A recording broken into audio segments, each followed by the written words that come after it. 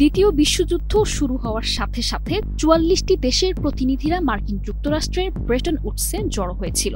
তাদের মিশন বিশ্ব অর্থনীতি পুনর্গঠন আর ফলাফল আইএমএফ এবং বিশ্ব ব্যাংকের জন্ম। মূলত দ্বিতীয় বিশ্বযুদ্ধের ধ্বংসস্তূপ থেকে বিশ্বকে পুনর্গঠনের লক্ষ্যে যুক্তরাষ্ট্র ও তার মিত্ররা আইএমএফ ও বিশ্ব ব্যাংক প্রতিষ্ঠা করে। তবে সম্প্রতি মার্কিন যুক্তরাষ্ট্র এই আর্থিক সংস্থাগুলি থেকে বেরিয়ে আসার ইঙ্গিত দিচ্ছে। এদিকে আনপ্রেডিক্টেবল ডোনাল্ড ট্রাম্পের দ্বিতীয় মেয়াদে ক্ষমতা হাতে নেয়ার পর বিশ্ব ঘিরে এক অনিশ্চয়তা বিরাজ করছিল। শঙ্কা ছিল বিশ্ব অর্থনীতির বর্তমান রীতিনীতি পাল্টে দিতে পারে ট্রাম্প ক্ষমতায় আসলে। বাস্তবেও তাই ঘটছে। ট্রাম্প প্রেসিডেন্ট হিসেবে নির্বাচিত হওয়ার আগে থেকেই অবৈধ অভিবাসীদের বিরুদ্ধে কঠোর ব্যবস্থা নেওয়ার হুঁশিয়ারি দিয়ে আসছিলেন। ক্ষমতায় আসার পর কথার সঙ্গে কাজের মিল দেখাচ্ছেন তিনি। অবৈধ অভিবাসীদের বিতাড়িত করতে ঝড়ের গতিতে একের পর এক নির্বাহী আদেশে সই করেছেন।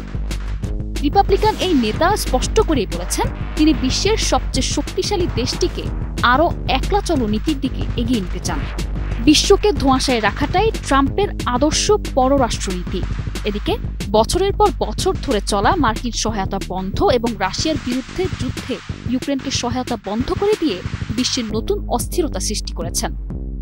এমন পরিস্থিতিতে আন্তর্জাতিক মুদ্রা তহবিল বা আইএমএফ ও বিশ্ব ব্যাংকের মতো বৈশ্বিক প্রতিষ্ঠান থেকে যুক্তরাষ্ট্রের সরে যাওয়ার আশঙ্কা নিয়ে উদ্বেগ বাড়ছে। সম্প্রতি G20 বৈঠকে যুক্তরাষ্ট্রের ট্রেজারি সেক্রেটারি স্কট বেসেন্টের অনুপস্থিতি এই আশঙ্কাকে আরও বাড়িয়ে দিয়েছেন।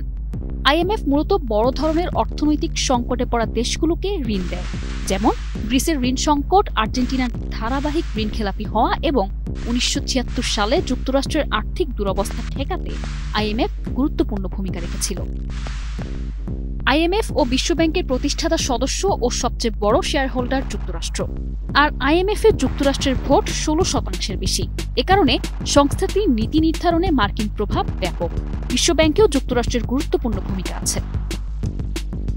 বিশ্বের অনেক উদীয়মান বাজার অর্থনীতি আইএমএফ এর ওপর ব্যাপকভাবে নির্ভরশীল। আর্জেন্টিনা আইএমএফ এর সহায়তা ছাড়া সরকারি কর্মচারীদের বেতন দিতে পারত না।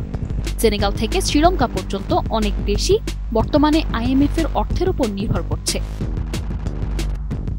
প্রশ্ন হচ্ছে, যুক্তরাষ্ট্র যদি এগুলো থেকে সরে যায় তবে কি হতে পারে? এই আর্থিক সংস্থাগুলো থেকে যুক্তরাষ্ট্রের সমর্থন প্রত্যাহার করলে তা একটি বিপর্যয় হবে বলে ধারণা করছেন বিশ্লেষকরা। ক্যামেরায় ওয়াও, স্টাইল দেখাও, Xenon X21 পারলে ঠেকাও। তবে কি চীন যুক্তরাষ্ট্রের শূন্যস্থান পূরণ করতে যাচ্ছে? মার্কিন প্রভাব কমলে চীন ও অন্যান্য দেশ বৈশ্বিক নেতৃত্ব দখলের সুযোগ নিতে পারে বলে মনে করছেন অনেকে।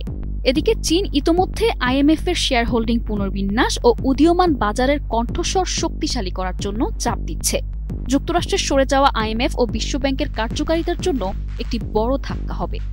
চীনের মতো দেশগুলোকে বাজিমাত করার সুযোগ তৈরি করে দিবে বলে মনে করছেন বিশ্লেষকরা।